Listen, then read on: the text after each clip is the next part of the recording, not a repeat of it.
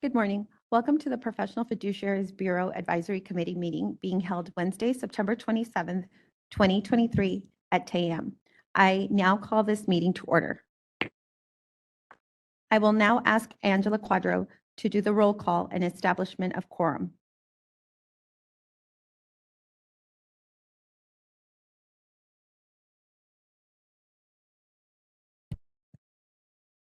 Thank you. Sorry about that. I was having a little technical difficulties there. As I call your name, please say present if you are here. Bertha Sanchez Hayden, Present. Chi Elder, Present. Elizabeth Ichikawa, Present. James Moore, Present. Linda Ng. Present. Great. With 5 members present, we do have a quorum. Thank you, Angela. We'll now proceed to the third item on the agenda. I would like to ask the committee members and Bureau staff to introduce themselves. I will start. I'm Berta Sanchez Hayden, and I'm chair of the advisory committee. I'm a public member, and I am work in legal services. Let's start with the advisory committee members here in Sacramento. From my left, please introduce yourself and add anything else you would like to say. My name's James Moore. I'm a professional fiduciary here in Sacramento, work mostly in the Sacramento County area, but also work in other surrounding counties as a conservator and fiduciary. My name is Elizabeth Ichikawa. I fill the court investigator role on the fiduciary board committee, and I am a court investigator in Solano County. My name is Chi Elder. I'm an appointed public member by the Senate Rules Committee. I'm based in San Diego. Good morning. My name is Linda Ng, and I'm also an appointed public member serving on this committee. Thanks. Good morning. I'm Rebecca May, Bureau Chief.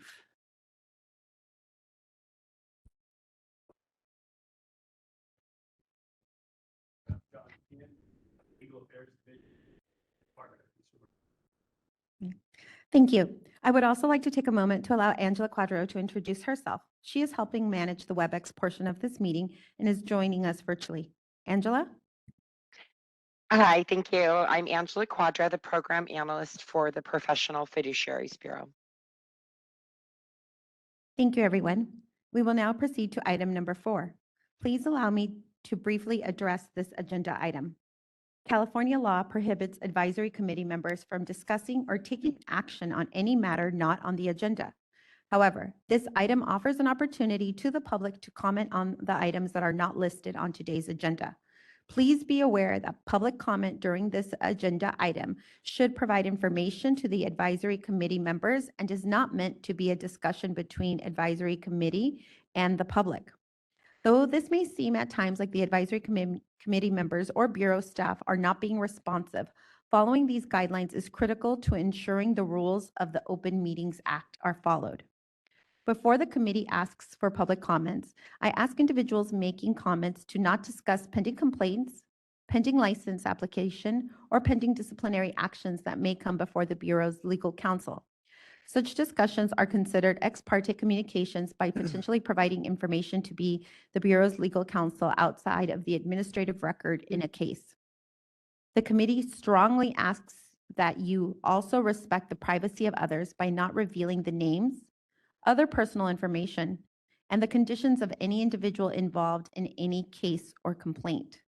The advisory committee can receive comments regarding the Bureau's processes in general, but it cannot receive comments on specific cases.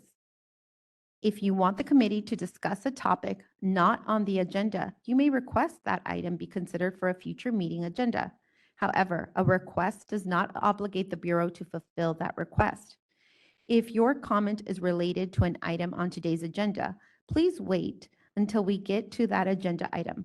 Comments at this time are only for items not on the agenda. To allow the committee sufficient time to conduct its full schedule of business, public comments will be limited to 2 minutes. Please do not duplicate or repeat the comments of a previous speaker. I would like to invite members of the public attending the meeting here in Sacramento to provide comments about the agenda item. As I observe, there's no public members in attendance. Therefore, I would like to now ask the moderator for public comments from any individuals attending this meeting via WebEx. This is the moderator. I've opened up the Q&A via the WebEx. The instructions are on the screen for your reference. Those who are logged in, you can click on the question mark inside of the square, which is typically located bottom right corner of your WebEx screen.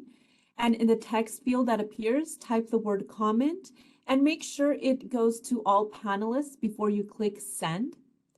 If you prefer, you can raise your hand by clicking on the outline of a hand, which is typically bottom center corner of your WebEx screen. And if you decide to call in, pressing *3 from your phone will raise your virtual hand.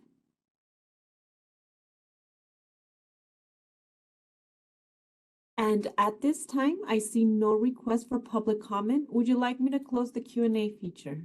Yes, please. Thank you, moderator. At this time, we will proceed to item number 5 on the agenda. Rebecca, please read the Bureau's mission statement. To protect consumers through licensing, education, and enforcement of the Professional Fiduciaries Act by promoting and upholding competency and ethical standards across the profession. Thank you. Are there any comments from the committee members? As there are no comments from the committee members, I would like to invite members of the public attending the meeting here in Sacramento to provide comments about this agenda item. Observing that there's no members of the public attending the meeting here in Sacramento, I will now ask the moderator to allow for comments from members attending via WebEx. This is the moderator. The Q&A is open. Instructions are on the screen. Again, click that question mark, type comment, send it to all panelists. Or you can press *3 from your phone if you're calling in to raise your virtual hand.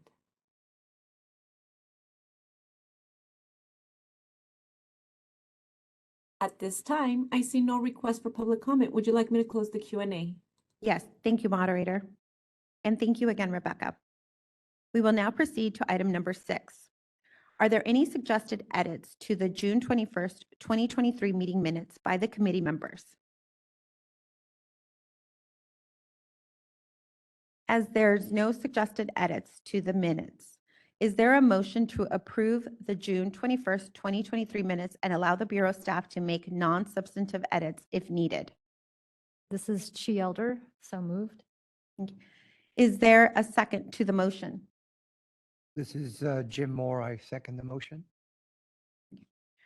Is there any discussion from the committee members at this time? As there are no discussion items from the committee members, I would now like to invite the members of the public attending the meeting here in Sacramento to provide comments about this agenda item. Observing that there are no members of the public attending the meeting here in Sacramento, I will now ask our moderator via WebEx to call for public comments from any individuals attending this meeting via WebEx. The moderator, the Q&A is now open. The instructions are on the screen. If you're logged in, you can press the question mark inside of the square, type comment, send it to all panelists. Or if you're calling in, press *3 from your phone to raise your virtual hand. At this time, I see no request for public comment. Would you like me to close the Q&A feature? Yes, thank you, moderator. Angela, please repeat the motion and provided, followed by a roll call vote. The motion is to approve the minutes as written while allowing the Bureau to make technical non-substantive changes if needed. A yes vote will allow for this to be posted to the Bureau's website as written. I'll begin with Bertha Sanchez Hayden, Yes. Chi Elder, Yes. Elizabeth Ichikawa, Yes. James Moore, Yes. and Linda Ng. Yes. With 5 members agreeing that the minutes will be posted as written with non-substantive changes by the Bureau if needed.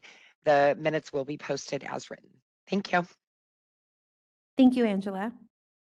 We will now proceed to item number 7. I would like to invite Melissa Greer to present an update on behalf of the Department of Consumer Affairs Executive Office.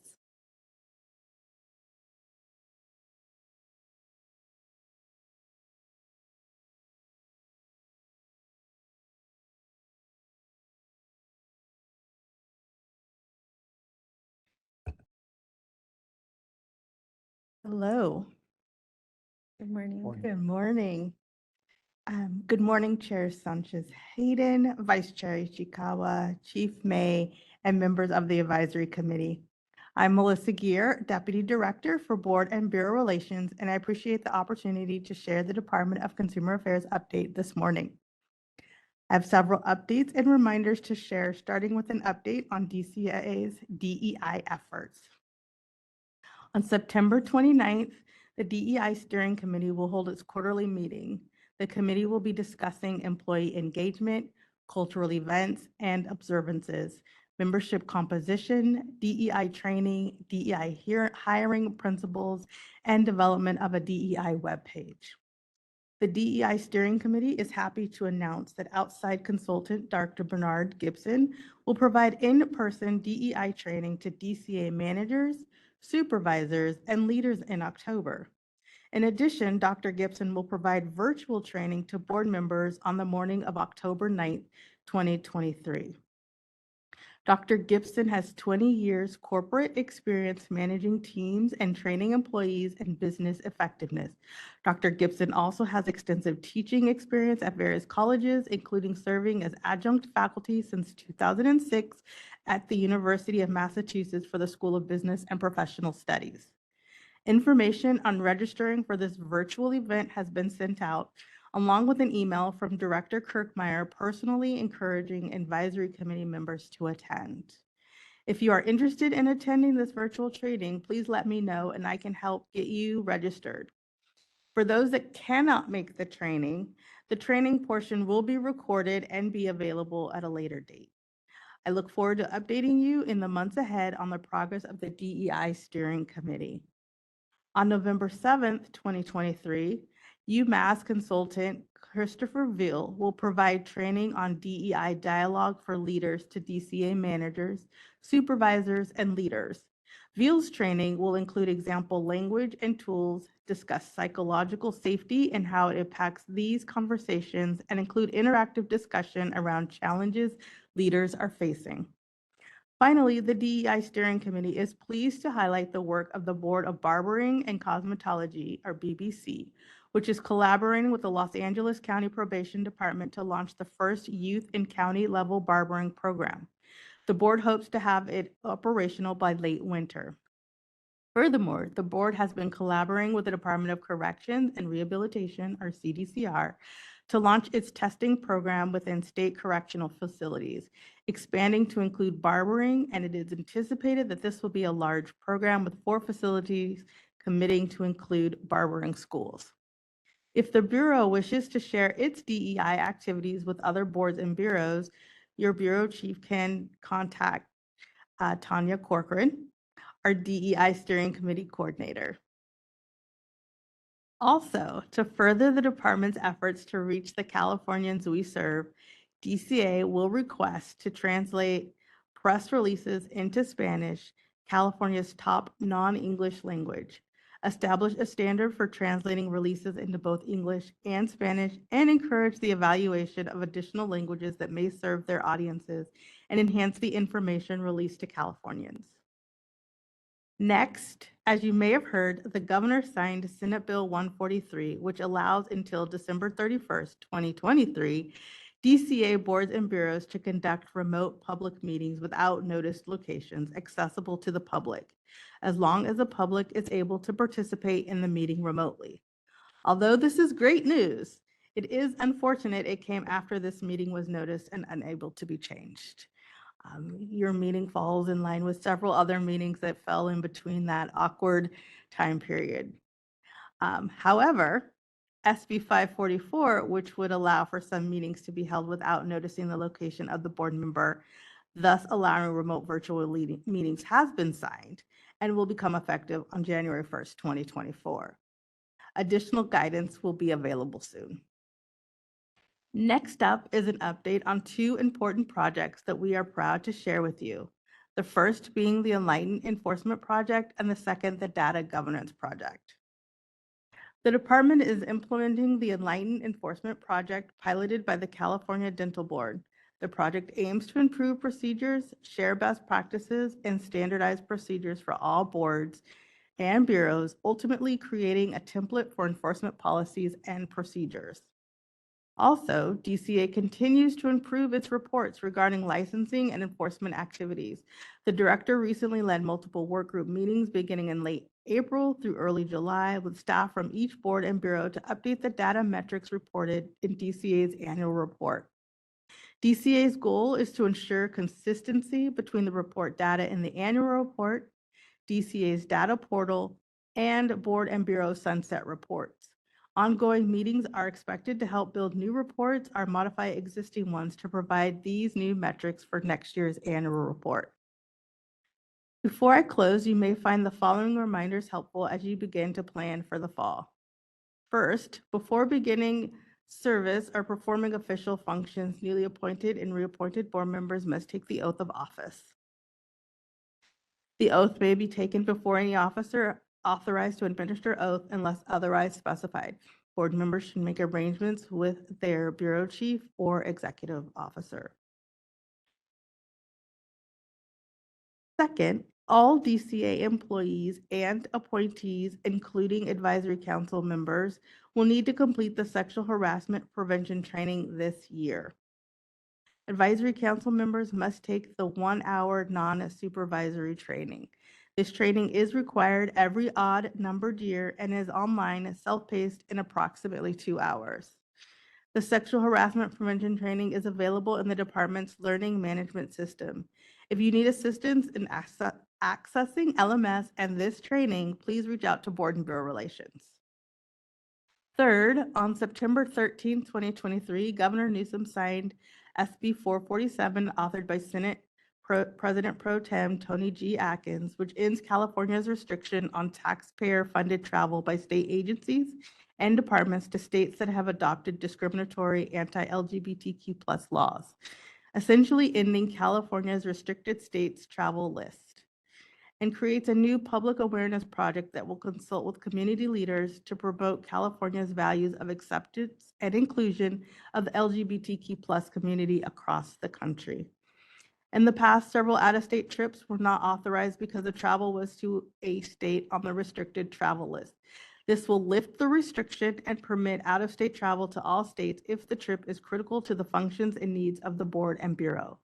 The bill took effect immediately. If you have any questions, please reach out to your bureau chief or board and bureau relations for additional information.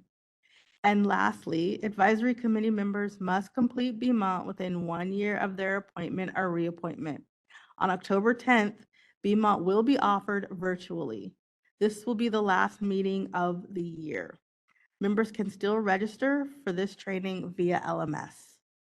And with that, I'd like to thank you again for this opportunity, and I welcome any questions from any of you. Thank you, Ms. Kerr. Are there any comments from committee members? As there are no comments from committee members, I would like to invite the public attending the meeting here in Sacramento to provide any comments about this agenda item. As I observe, there are no members of the public attending this meeting here in Sacramento. Moderator, can you now call for public comments from any individuals attending this meeting via WebEx? This is the moderator. The Q&A is now open. The instructions are on the screen for your reference. For those who are logged in, you can press the question mark inside of the square, typically located bottom right corner of your WebEx screen. And in the text field, type the word comment and make sure it goes to all panelists before clicking that send button. If you are calling in, you can press *3 from your phone to raise your virtual hand. For those who are logged in, there's a hands outline bottom center of your WebEx screen, which you can press to raise your virtual hand.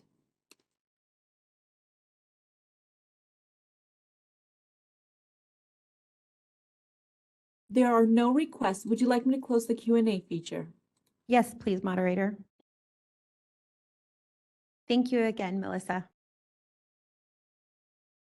We will now proceed to item number 8 on the agenda. I would like to invite Harmony Del Filippo from the Department of Consumer Affairs Budget Office to present the budget update.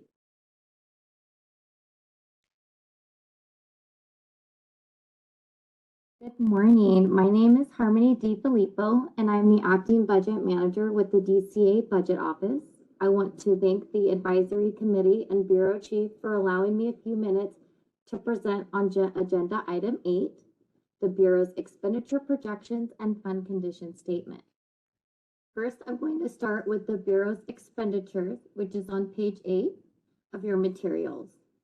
These projections are based on actual data through fiscal month 13. This report includes 2021-22 actual expenditures compared to 22-23 budgeted and projected expenditures. Over this 2-year period, costs have increased mainly in personnel services and AG. As we move to the end of the document, you will see that the board had a beginning base budget of approximately $1,078,000 and is projected to spend a total of $667,500, creating a reversion to the Bureau's fund of a little more than $410,000, a reversion of 38.08%. The next document that I will go over is the Bureau's revenue projections on page 9. This report includes receipts collected through June, providing the projected revenue to year end. I will go further into these projections as we transition to the next slide.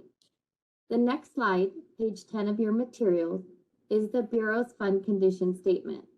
As a reminder, we read this document from top to bottom and left to right.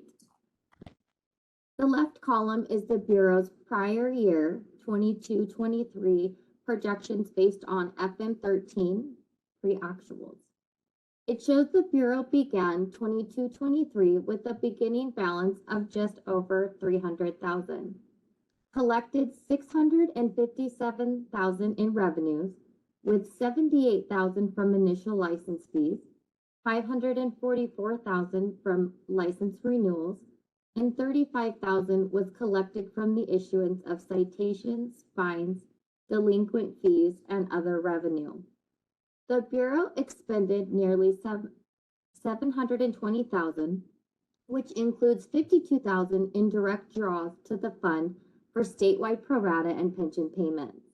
The Bureau is estimated to close 22-23 with a $248,000 reserve balance, or 2.6 months in reserve. For current year, the Bureau projects revenues of $611,000, with approximately $96,000 projected from initial license fees, $508,000 from renewal fees, and $7,000 from the issuance of citations, fines, delinquent fees, and other revenues. The Bureau's 23-24 expenditures are based on Budget Act at $1.138 million between authorized expenditures and direct draws to the fund, leaving the Bureau with a fund balance of $271,000 or 2.8 months in reserve. The Budget Office will continue to monitor the Bureau's revenue and expenditures and report back to the Bureau with monthly expenditure projections as we continue to close each fiscal month in this current fiscal year. A few things I would like to note on the Bureau's fund condition. The fund condition is a snapshot in time. One of the main factors driving expenditure increases in future years is a result of personnel service adjustments. These include general salary increases as well as employee compensation, retirement rate, and retirement rate adjustments.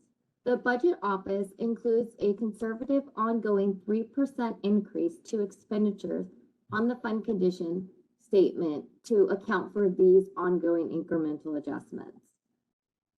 Current year revenue is projected to budget and will be updated at the next committee meeting with current year projections.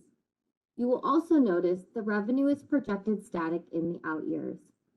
Lastly, I would like to note that to the Bureau that any future legislation or unanticipated events could result in the Bureau needing additional resources, which would create cost pressures on the fund. The Budget Office will continue to monitor the Bureau's fund condition and keep an open line of communication with the Bureau Chief for any future needs or expectations. Again, I'd like to thank you for allowing me the opportunity to present today, and I'm happy to answer any questions that you may have. Thank you. Thank you. Are there any comments from the committee members? Yeah, going back to the revenue report, would you please clarify what entails other revenue? The other what's revenue? included? Yeah, what's the included in that? So the other revenue includes citations, fines, and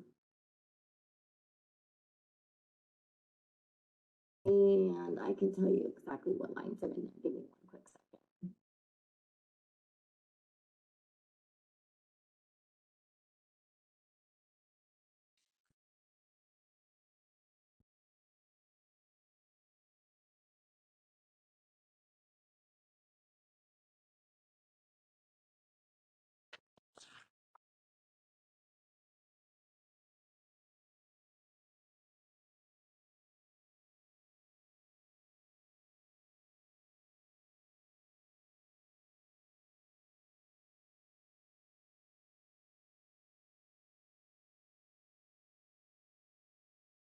Is it just citations and fines? I'm double checking right now. Okay, so Sorry. I was waiting for Excel to open. Okay, so the other revenues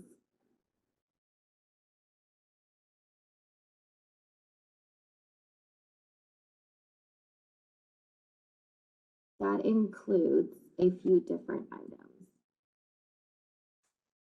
Okay, so other revenues is your income from surplus money investments, as well as dishonored check fees. So that's what's included in that specific other revenue category. So the majority of that revenue is from the investment income from surplus money investments.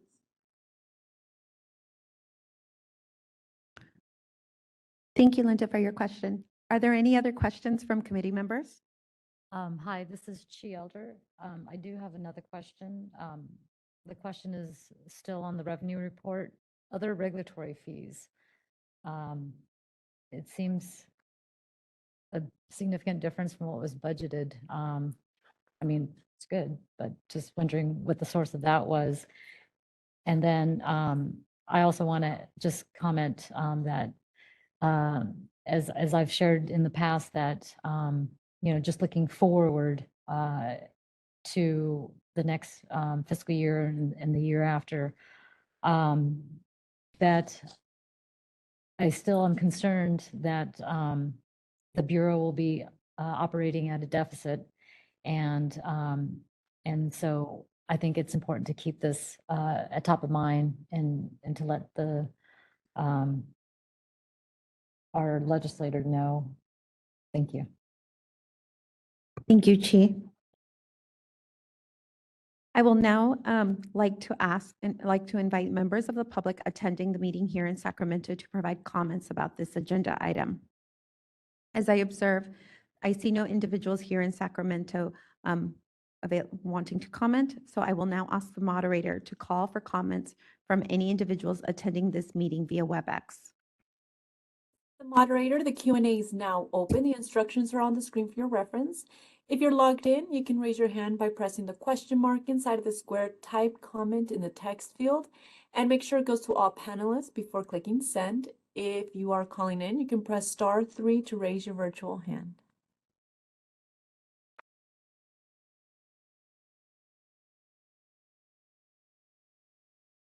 At this time, I see no request for public comment. Would you like me to close the Q&A feature? Yes, thank you, moderator, and thank you, Harmony, for the budget update. We will now proceed to item number 9. I would like to invite Daryl Holloway from the Department of Consumer Affairs Legislative Office to present the legislative update.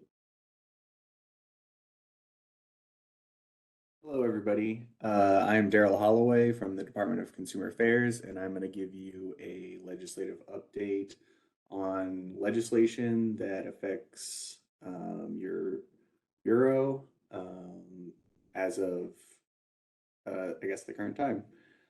So some important dates to pay attention to. On September 14th, that was the last day for each house to pass bills.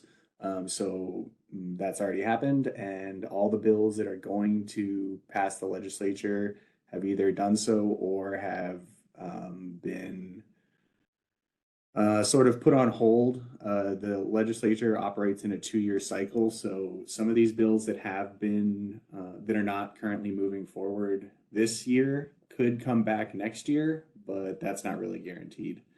October 14th is the last day for Governor Newsom to sign any bills that have reached his desk. So that is in just a few weeks is that deadline. So I have 4 bills to tell everyone about today. The first bill, AB 1262.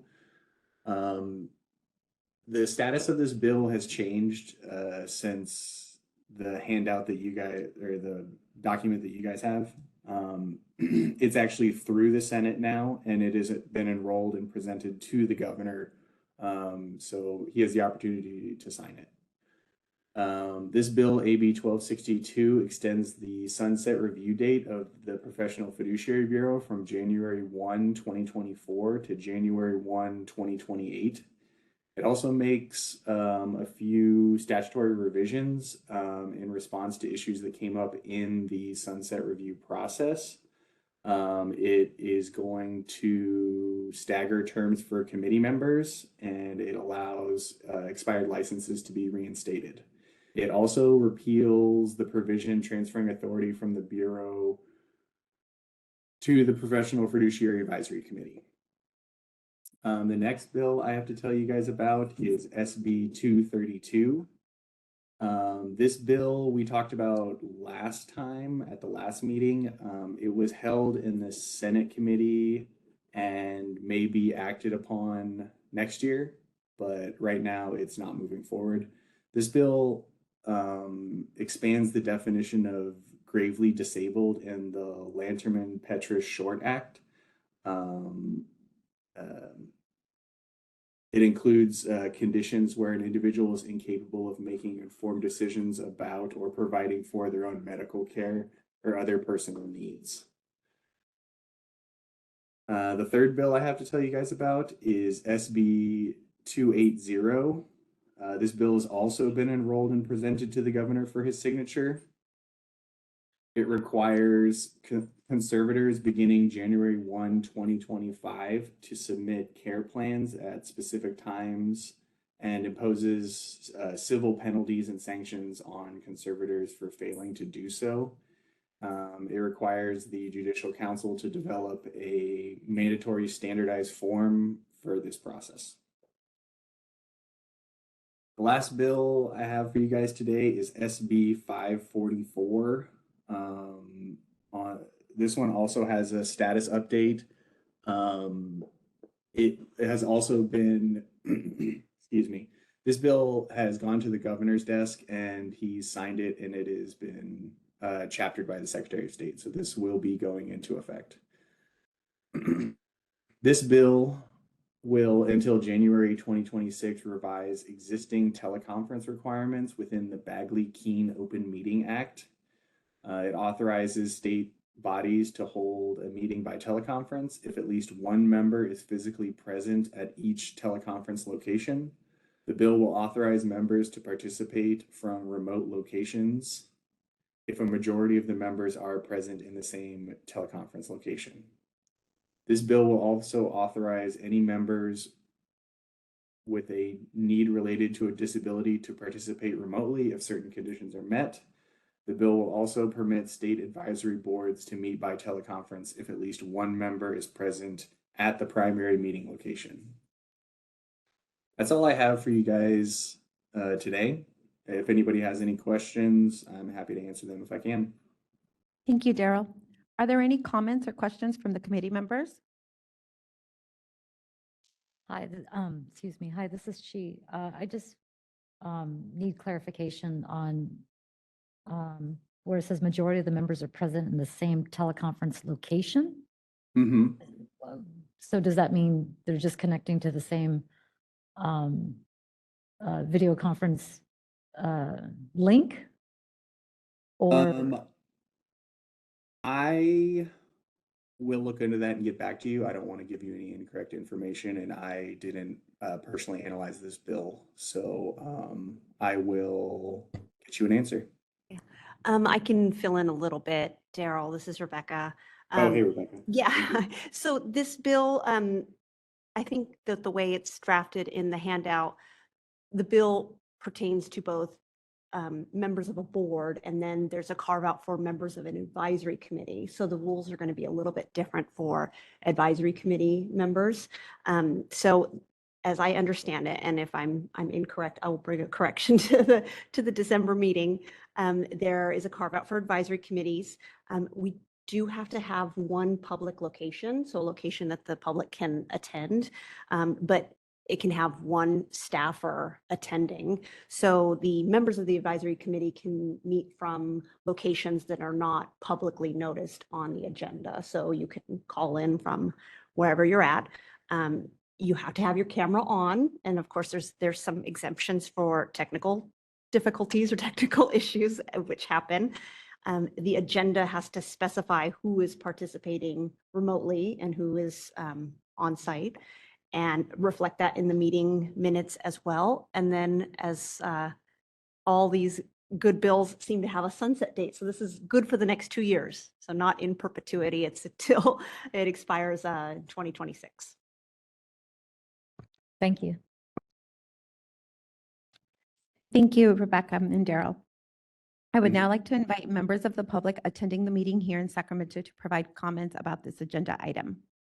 As I observe, there's no members of the public attending this meeting here in Sacramento, so I would now like to ask our moderator to call for public comments from any individuals attending this meeting via WebEx.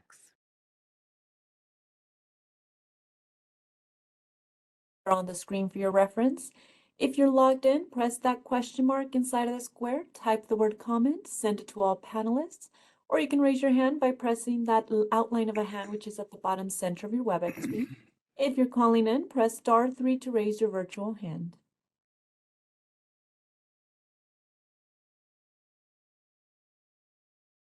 At this time, I see no request for public comment. Would you like me to close the Q&A? Yes, thank you, moderator, and thank you again, Daryl, for the legislative update. I would now Welcome. like to proceed to item number 10. Rebecca, please present the Bureau updates.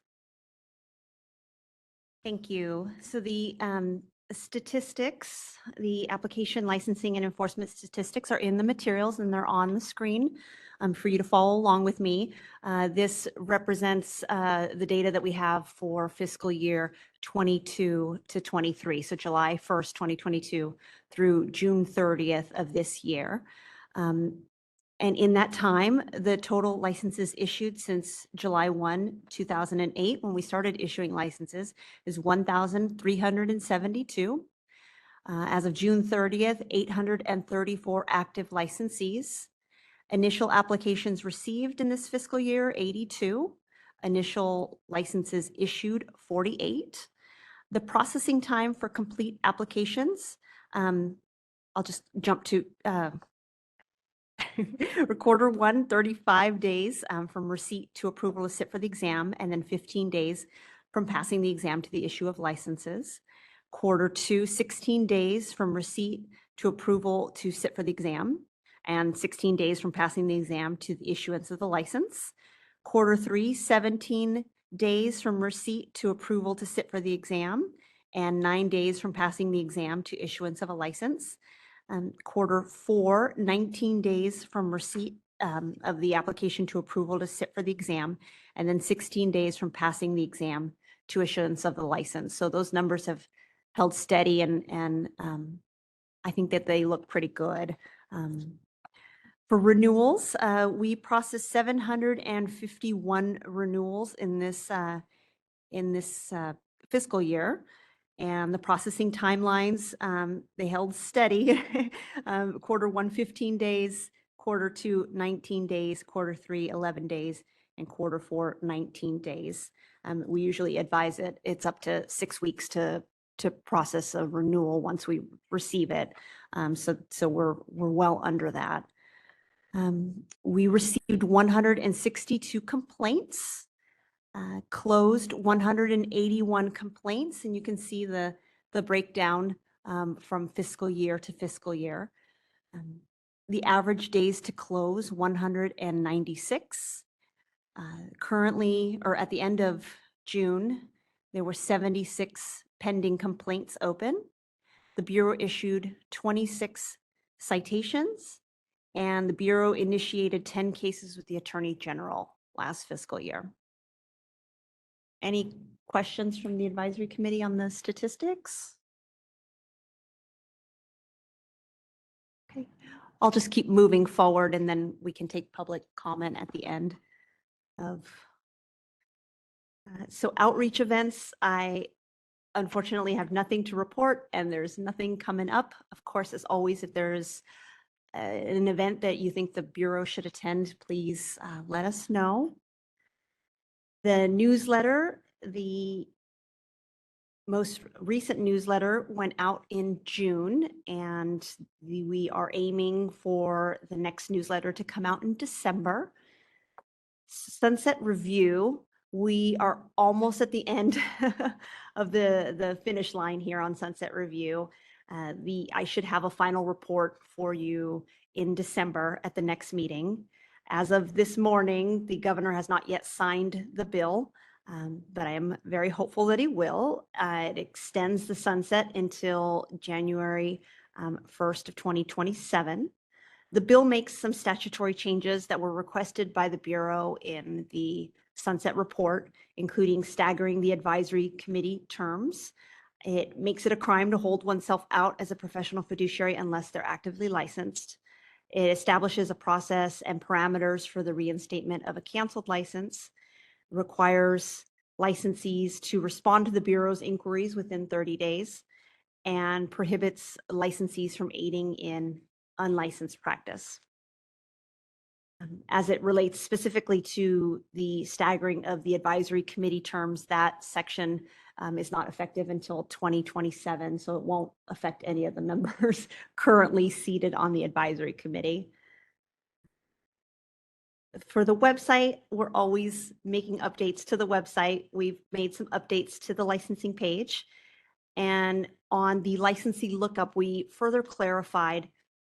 So the Bureau is required to provide if a licensee has been removed for cause or if they have resigned after a complaint was filed with the court. And so we've added just a little bit of information on the licensee lookup to better explain what that data means. For bill implementation, we're continuing to implement AB 1194 by pursuing the fee increase rulemaking, and then preparing to hire additional enforcement staff next calendar year. And now that AB 1262 is at the end of the finish line, we're going to start our implementation plans for that bill as well. I guess I went through the whole thing without asking if folks had questions, but I don't know if any advisory committee members have questions. I do have, yeah, this is Linda Ng. I just want to ask, what kind of outreach efforts does the Bureau have? Because I'm new, pardon me. So there's a lot of questions, based on the licenses, established since 2008. That's probably about 15 years, based on the numbers, probably average under 100 a year. and now the active license is about 834. So, and going back to the finance and we're going to be seeing some deficit, potential. So moving forward, how, or I just need to know, what kind of an outreach effort, to tell the public, hey, you're here and we're here, you gotta, come in and do the licensing. So what kind of efforts? So I agree that there's certainly opportunities for the Bureau to do better outreach. Typically, our outreach is geared towards consumers. So we attend like senior fairs and things of that nature because it's a consumer protection mandated entity. But that being said, clearly we recognize the need for additional licensees for the continued fiscal health of the Bureau. I think that's something we can definitely, I'm certainly open to suggestions that the advisory committee has. I know it's something that we are trying to address in our strategic plan because I think that there's probably ways in which the Bureau can leverage existing resources to get to connect more with potential applicants and existing licensees than what we're doing at presently. So certainly open to working on that more in the future. Yeah. Thank you. Well, thank you. Thank you. Are there any further questions from committee members? Hi, this is Chielder. So is SB 544 being implemented now then?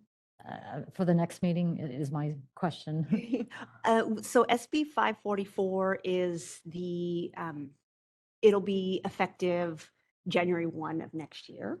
And Ms. Gear had mentioned, and I was going to say something towards the end of the meeting when we talk about the next few meetings, but there was a budget trailer bill, I believe it was SB 143 that got passed or that was signed by the governor. It was like right before we noticed this meeting that extended the ability of boards and bureaus to have virtual meetings through the end of this year. So in December, we can have an virtual meeting again. Yeah. Thank you, Chi and Linda, for your questions. I would now like to invite members of the public attending the meeting here in Sacramento to provide comments about this agenda item. As I observe, there are no members of the public here in Sacramento here to comment, so I will now ask the moderator to call for public comments via individuals attending this meeting via WebEx. Yes, this is the moderator. The Q&A is now open. The instructions are on the screen for your reference. If you would like to participate, click that question mark inside of the square, type comment, send it to all panelists. You can also raise your hand by clicking on the outline of a hand, bottom center of your WebEx screen. For those who are calling in, press *3 to raise your hand. I do have an individual identified as Michelle McBee who would like to make a public comment. I'm going to send a request to unmute your microphone. And I have a timer set for 2 minutes. And Michelle, your microphone has been unmuted or sent a request to be unmuted.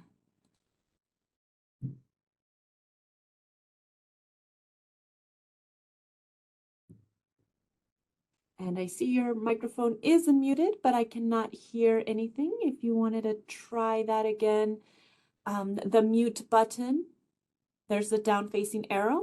If you click on it, you can select a different microphone in case the computer is registering the wrong microphone.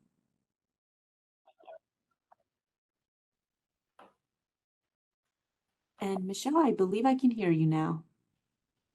Oh, does that mean I have to start over? Sounds like yes. Yes.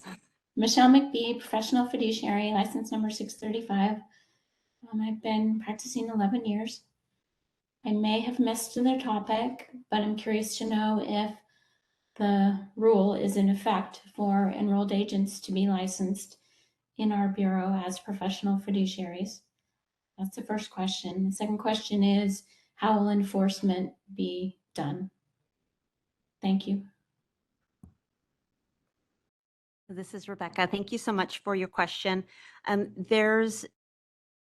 There was an amendment to the enrolled agent's existing exemption from the Professional Fiduciaries Act. And the exemption essentially is that they, provided that enrolled agents are working within the scope of their certification, they do not also need to be licensed as professional fiduciaries. So that was the exemption. That's been further clarified in AB 1262, but it is still a qualified exemption there.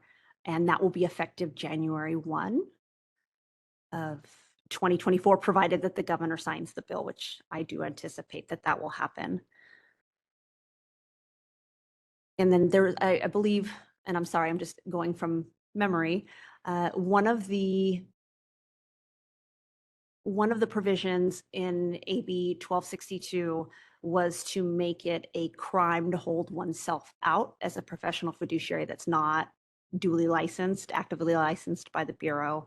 And it's Business and Professions Code 146. And I believe it lists out all the different boards and Bureau, or the different professions that fall under that. So it's adding professional fiduciaries to that list. And so the exemption as amended in 1262 now creates a cross-reference to that code section as well.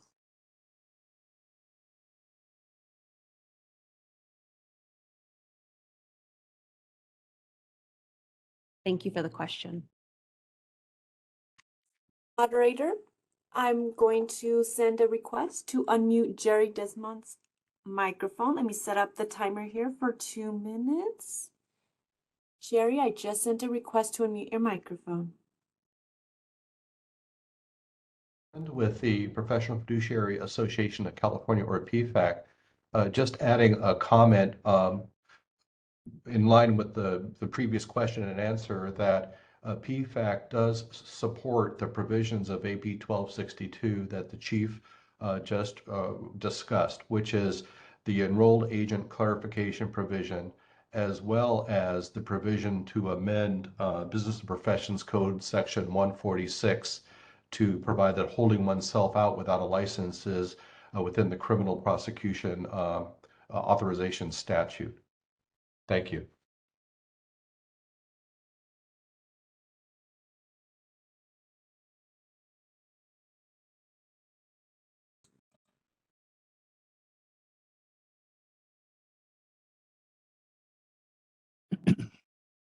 This is the moderator. Would you like me to continue on with the next request?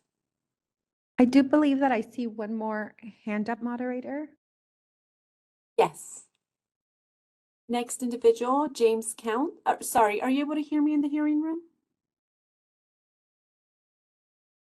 Apologies, moderator. Was that question for me? Yes. Oh, I wanted to make sure my microphone is working. Thank you. Yes.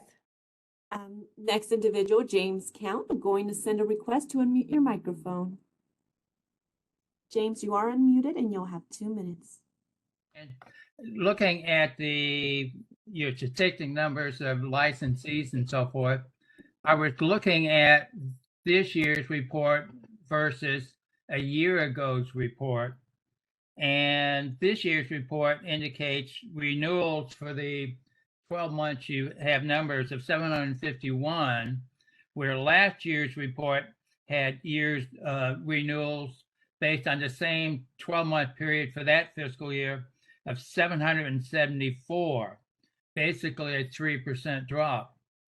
Also, if you look for the new licensees, this latest report shows 48, where a year ago it showed 70, basically a 31% drop. And so overall, a little over a 5% drop on total licensees. This appears to be a downward trend. I couldn't go back to a third year prior because of different time periods and numbers, and only for a 4-month period on the reports then. But it appears to be a downward trending of licensees not only the current renewals, but also new ones asking to be licensed.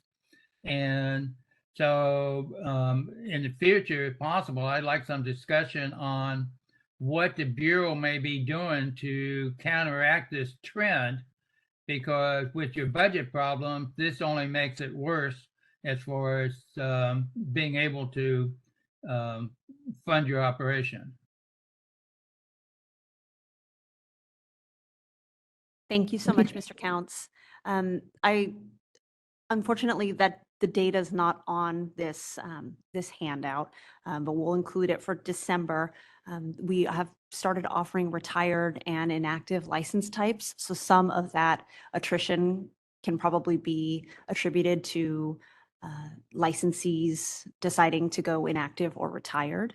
But we'll include that data, and I appreciate the request for further discussing to follow up on what Ms. Eng said about efforts that the Bureau can undertake to help increase the licensing population. Thank you. The moderator, no further requests have been submitted. Would you like me to close the Q&A feature? Yes, thank you, moderator, and thank you to the individuals who provided comment. Thank you, Rebecca, again for the strategic update. Apologies for the Bureau updates. We'll now proceed to item 11. Rebecca, please present the strategic plan update and discussion. Thank you. So we have two items here, and I will just go through the first one, and then the second one we can open up to discussion, and of course, any questions anyone has, happy to further clarify. So the strategic plan was finalized in January, as you know, and it serves as a roadmap for the Bureau through 2026. And the Bureau is working with the department's solid to fold in diversity, equity, and inclusion objectives within its plan, and we'll start that process in 2024. And so far, so what we've completed or what we've accomplished under Goal 1 related to licensing and professional education, the Bureau with its examination provider, the Center for Guardianship Certification, has updated the licensing examination, and the new examination was unveiled on May 1st of 2023. And as it relates to Goal 3 for communications and outreach, we've updated the consumer resources page on the Bureau's website. So the items that are in progress that we are, actively working towards right now. So goal number 5 of the strategic plan is related to administration, and the Bureau staff have been cross-training. As you know, we are small but mighty, and updating desk manuals. And this helps with staff to be able to fill in when someone's away from work, and it ensures better continuity in operations should someone retire or find another job. And we have also started exploring moving to a smaller office suite when the department's lease ends. And this entails lessening the Bureau's paper footprint. So we are small on bodies, but very heavy on paper in our office. So one of the things we are doing to that end is to work on a retention schedule. And that's a document that essentially helps us to determine how long certain files are kept and when they can be reasonably, legally destroyed or disposed of. So moving on to that second item there. So I was hoping to get some discussion from the advisory committee, and frankly, send everyone home with a little bit of homework today. So the first item, so update the Bureau's website to effectively assist applicants and licensees and help the Bureau use staff resources efficiently. This is something that's kind of near and dear to the Bureau in trying to improve. We're always looking to improve the website. I do say that a lot during our meetings. Ideally, having good current information on the website creates efficiencies. It lessens the number of calls and emails that the Bureau receives. So I was hoping to have some volunteers today that could take a look at the website. And so there's some pages in particular So if you could look at the website and see, are there items that are unclear? Is there information that you would like to see on those website pages? And then come back and report your findings in December. So would somebody like to volunteer to look at the applicant page? So if you were an applicant, is it clear to you what the steps are that you would have to do? Is it not clear? This is Jim Moore. I would be willing to look at the applicant Okay, page. thank you. And I saw Elizabeth's hand up too. And unfortunately for you, Jim, I have a specific one for you. I was going to ask if you could look at the licensee page. I can do that also. Okay, thank you. Because I know, as our one licensee representative on the advisory committee, and I know you've been renewing for a long time. So, but maybe there's maybe if you were to go to the website, if it's not clear, you could let us know. And then, so lastly, do I have any volunteers to look at the professional education page? Because I think we do get a lot of questions related to that. I can look at the Okay, page. thank you so much. All right. Well, I appreciate everyone's willingness to help out here. And moving on to the second sub item here. So educate licensees about the Bureau's role in protecting consumers by increasing the licensees' awareness of the Bureau's mission. And so the Bureau's guiding principle is the protection of consumers. It's stated in the Professional Fiduciaries Act. Business and Professions Code 6516 states, protection of the public shall be the highest priority for the Bureau in exercising its licensing, regulatory, and disciplinary functions. Whenever the protection of the public is inconsistent with other interests sought to be promoted, the protection of the public shall be paramount. So that being said, the Bureau definitely recognizes the critical work that its licensees provide and tries to provide the best customer service that we can to licensees. So is there a better way of messaging the Bureau's consumer protection mandate? Is this something that, I mean, when I think of some of the ideas that I have, the website, of course, is probably a good spot. The newsletter, perhaps staff can include in their signature emails, the Bureau's consumer protection mandate. I think this is just a message that we want to make as clear as possible to licensees and to the public. So are there any suggestions or ideas from the advisory committee members on how the Bureau can better message our consumer protection mandate?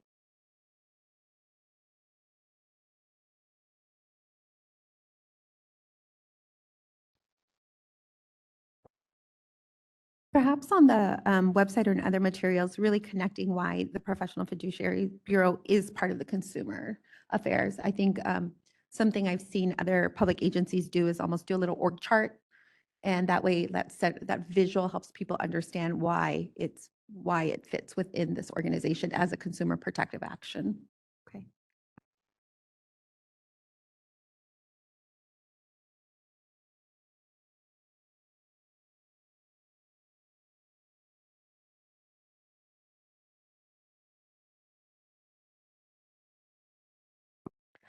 This is Chi Elder. I think it would be also beneficial, if there's opportunities to present, online or connect with different municipalities that have a department on aging.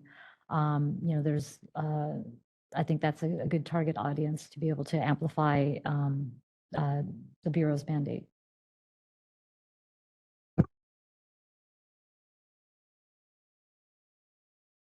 This is Jim Moore. Also, the Professional Fiduciary Association, I think, is getting the word to them because they're a large group and they have a lot of members that would be helpful to get information to them, I think, or presenting to them.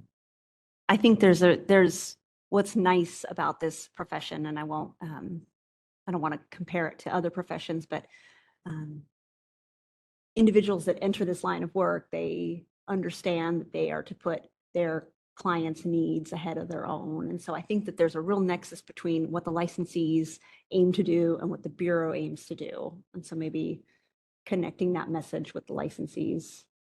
I think they understand that.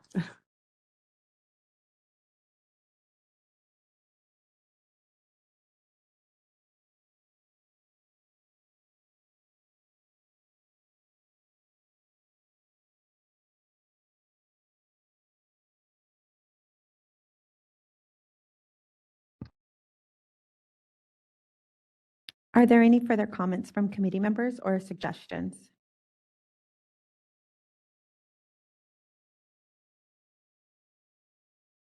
Rebecca, is there anything further on the strategic plan update and discussion before we move to public comment? No, thank you. I would like to invite members of the public attending the meeting here in Sacramento to provide comments about this agenda item. Observing that there are no members of the public attending the meeting here in Sacramento to provide comments about this agenda item, I will now ask the moderator to call for public comments from any individuals attending this meeting via WebEx. Moderator, the Q&A is now open. The instructions are on the screen for your reference. If you would like to participate, click that question mark inside of the square, type comment, send it to all panelists. You can also raise your hand by pressing the outline of a hand, which is at the bottom center of your WebEx screen. For those calling in, press *3 to raise your hand. A few moments ago, I saw a few raised hands. If you accidentally lowered them, but you still have a request, definitely feel free to raise that hand again.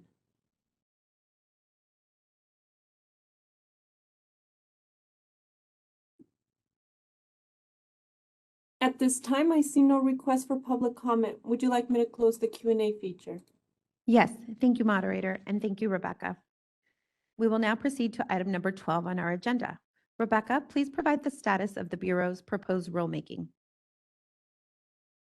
The Bureau's fee increase rulemaking, it had a 45-day comment period, which ended on August 3rd, coinciding with a public comment hearing held in Sacramento and via WebEx. The Bureau received many thoughtful written and oral comments related to the rulemaking. The Bureau is currently reviewing and responding to comments received within the procedures laid out in the Administrative Procedures Act. And I will provide another update to the advisory committee in December. Are there any comments from committee members?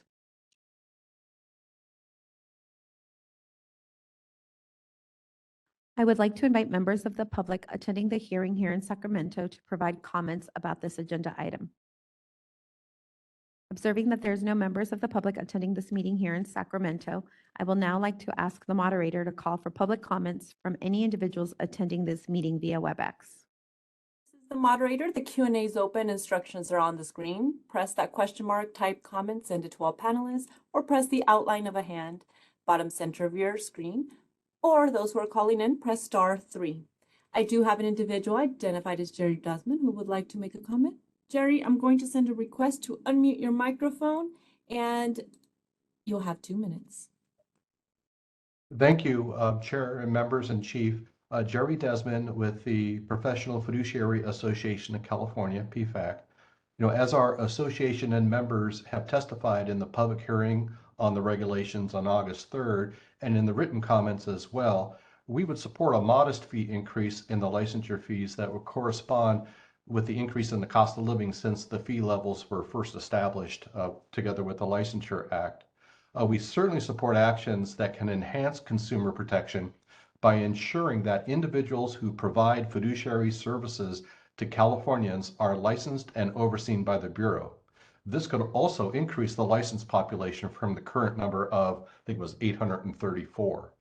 However, the regulations as proposed right now will increase the fees quite significantly. The initial license fee will increase from $600 to $1,300, and the fee to renew a license will increase from $700 to $1,300 per year. These increases, I think, as we all know, are quite significant. In PFAC's view, the amount of the initial license fee will place a new and significant barrier to entry into the profession. And the amount of the renewal fee will result in a decline in the overall licensing population. And this is quite the opposite of our desire and the Bureau's, everyone's desire, which is to increase the licensed population. The net impact will be that down the road with even less licensees, the fees will have to increase even more dramatically. So that for those reasons, we're concerned with the fee increase, as I know the Bureau and the advisory committee members and the legislature are well aware. Thank you.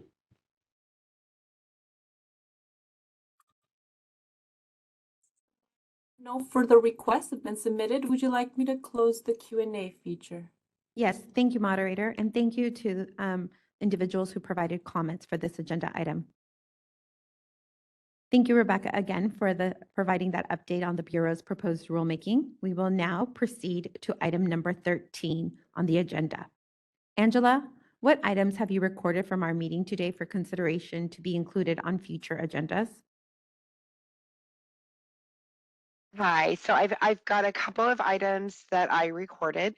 The first was going back to Bureau updates. Committee member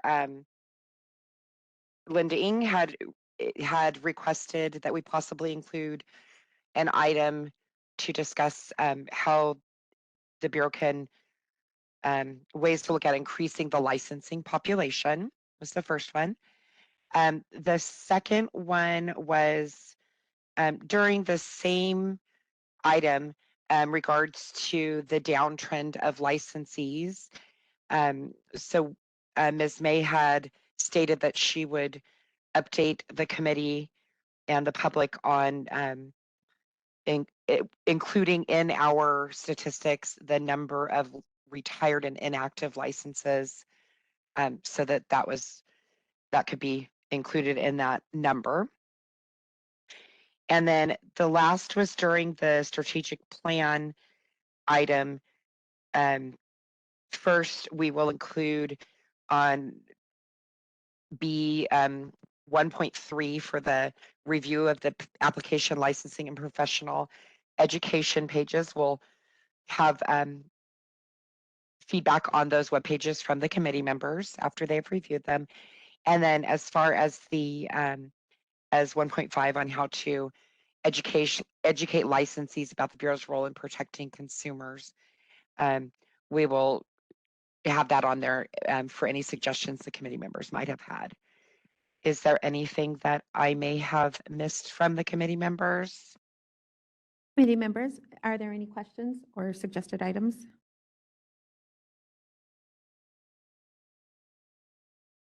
No, thank you, Angela. Thank you. I'd like to invite members of the public attending the meeting here in Sacramento to provide comments about this agenda item. Observing that there's no individuals here in Sacramento waiting to comment on this agenda item, I will now ask the moderator to call for public comments from any individuals attending the meeting via WebEx. The moderator, the Q&A is now open. The instructions are on the screen for your reference. If you would like to participate, click that question mark, type comments, send it to all panelists, or raise your hand by pressing the outline of a hand at the bottom center of your WebEx screen. If you're calling in, press *3 to raise your virtual hand. I do have individual identified as James Counts. James, I'm going to send a request to unmute your microphone and set the timer for 2 minutes. Thank you. Yeah, this is Jim Counts, CPA. Regarding my suggested item for the next meeting is, I was looking for more clarification on who's paying the renewal fee or other fee to the Bureau. I don't know if retirees or whatever are paying that renewal fee. And so if someone goes from active license to retiree, that in effect is reduction of fees being paid to the Bureau. And if there were a trend in that direction, so there's fewer active licensees paying that, we need to identify it sooner and not later. Thank you.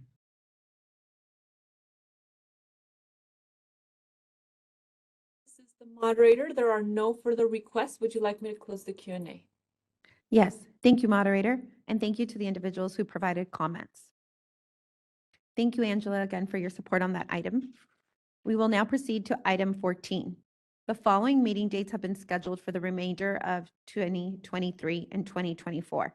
Wednesday, December 13th, 2023, Wednesday, March 13th, 2024, Wednesday, June 12th, 2024, Wednesday, September 11th, 2024, and Wednesday, December 11th, 2024. Are there any comments from the committee members regarding those scheduled dates?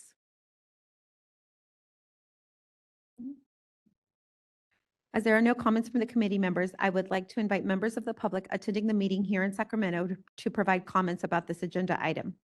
Observing that there's no members of the public attending this meeting here in Sacramento, I would like to now ask the moderator to call for public comments from any individuals attending this meeting via WebEx.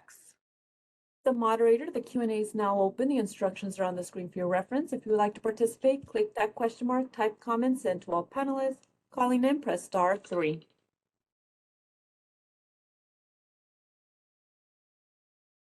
No request. Would you like me to close the Q&A? Yes, thank you, moderator. I would now like to go back to Rebecca May for a comment. Thank you so much. I just wanted to note that because of SB 143, the budget trailer bill that we discussed a little earlier, and SB 544, these next 5 upcoming meeting dates can be held via WebEx. So that the travel cost savings are significant to the Bureau. So very happy about that. I also wanted to mention, I know that we didn't have, we have a fairly empty room here today, but there was quite a bit of participation via WebEx. So I just want to reinforce that with the advisory committee members, that people do attend. They just might not be here physically. Thank you. Thank you, Rebecca. And thank you for all the advisory committee members who attended today's meeting in person, and to Angela and Rebecca for their support to get us all here today. Also, thank you for the representatives from the different state offices that were here today to provide us guidance and updates. At this time, I would now like to call this meeting is adjourned at 11:18.